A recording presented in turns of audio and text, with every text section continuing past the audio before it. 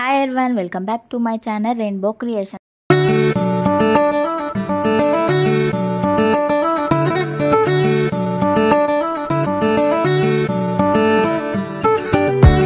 అందరూ ఎలా ఉన్నారు బాగున్నారా నేనైతే చాలా బాగున్నాను ఇవాళ మంచి రెసిపీ తీసుకొచ్చాను అదేం లేదు చేపల కూర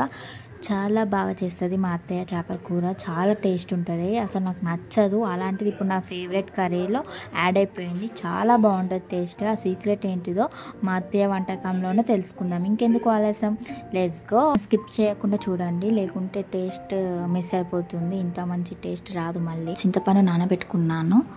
ఇప్పుడు నేను కొత్తిమీర కట్ చేసుకొని పెట్టుకున్నాను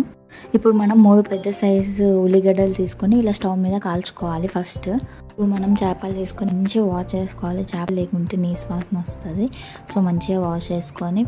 ఇప్పుడు నేను మ్యారినేట్ చేసుకుంటున్నాను నేను 2 కిలోల చేపలు తీసుకున్నాను సో 4 స్పూన్ల కారం తీసుకుంటున్నాను ఎందుకంటే చింతపండు ఉంటుంది కాబట్టి కారం ఎక్కువనే పడుతుంది మన చేపల కూరకి 4 స్పూన్ల కారం మెంతుల పొడి 2 స్పూన్లు వేసుకుంటున్నాను మెంతుల పొడి స్పూన్ పసుపు తీసుకుంటున్నాము ఉప్పు 2 స్పూన్స్ వేసుకుంటున్నాను కావాలంటే మనం లాస్ట్ కలుపుకోవచ్చు టేస్ట్ని బట్టి ఇందులో మనం అల్లం ఎల్లిగడ్డ పేస్ట్ కూడా వేసుకోవాలి 1 స్పూన్ వేసుకుంటున్నాను అల్లం ఎల్లిగడ్డ పేస్ట్ ఆయిల్ వేసుకొని మంచిగా మ్యారినేట్ చేసుకోవాలి ముక్కలన్నిటికీ పట్టేటట్టు మంచిగా మ్యారినేట్ చేసుకుంటున్నాను ఇప్పుడు మనం 15 మినిట్స్ ఫ్రిడ్జ్లో పెట్టుకుందాం అప్పుడే ఈ ముక్కలకి మంచిగా పడుతుంది మంచిగా ముక్కలు టేస్ట్ వస్తాయి మనం ఒక గిన్నె స్టవ్ మీద పెట్టుకొని చిన్న మంట మీద మెంతులు జీలకర్ర మంచిగా వేయించుకుంటున్నాను కొంచెం బ్రౌన్ కలర్ వచ్చే వరకు వేయించుకోవాలి ఇందాక స్టవ్ మీద పెట్టిన ఉల్లిగడ్డలు మంచిగా కాలినాయి ఇట్లా మెత్తగా కావాలి ఉల్లిగడ్డలు అలా కాల్చుకోవాలి ఇప్పుడు వేయించుకున్న జీలకర్ర మెంతులు మంచిగా మిక్సీ పట్టుకుంటున్నాను మిక్సీ పట్టుకున్నాం కదా దీంట్లోనే మనము కాల్చుకున్న ఉల్లిగడ్డలు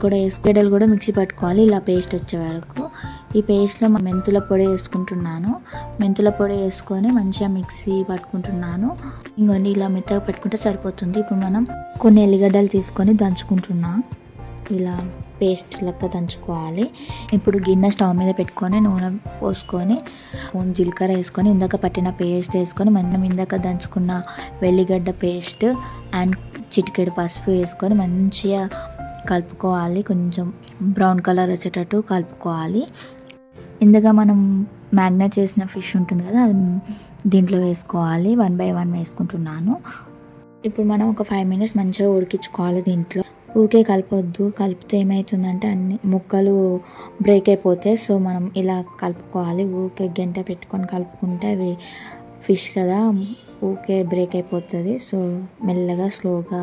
కలుపుకోవాలి మంచిగా ఉడికినాయి కదా ఇప్పుడు నేను చింతపండు రసం వేసుకుంటున్నాను స్లోగా కలుపుకొని ఒకసారి టేస్ట్ చేసుకుంటా ఉప్పు సరిపోకుంటే ఉప్పు యాడ్ చేసుకోండి మీ టేస్ట్ని బట్టి ఉప్పు యాడ్ చేసుకోండి మనకైతే 1 స్పూన్ ఉప్పు పడుతుంది కొత్తిమీర వేసుకొని ఒక 5 మినిట్స్ వెయిట్ చేద్దాం చూడండి మంచిగా ఉడుకుతుంది కదా చూడండి ఆయిల్ కూడా పైకి తేలింది కదా ఒక 2 మినిట్స్ ఉంచి బంద్ చేసుకుంటే సరిపోతుంది ఎంతో రుచి అయిన మన తెలంగాణ స్టైల్ చేపల కూర రెడీ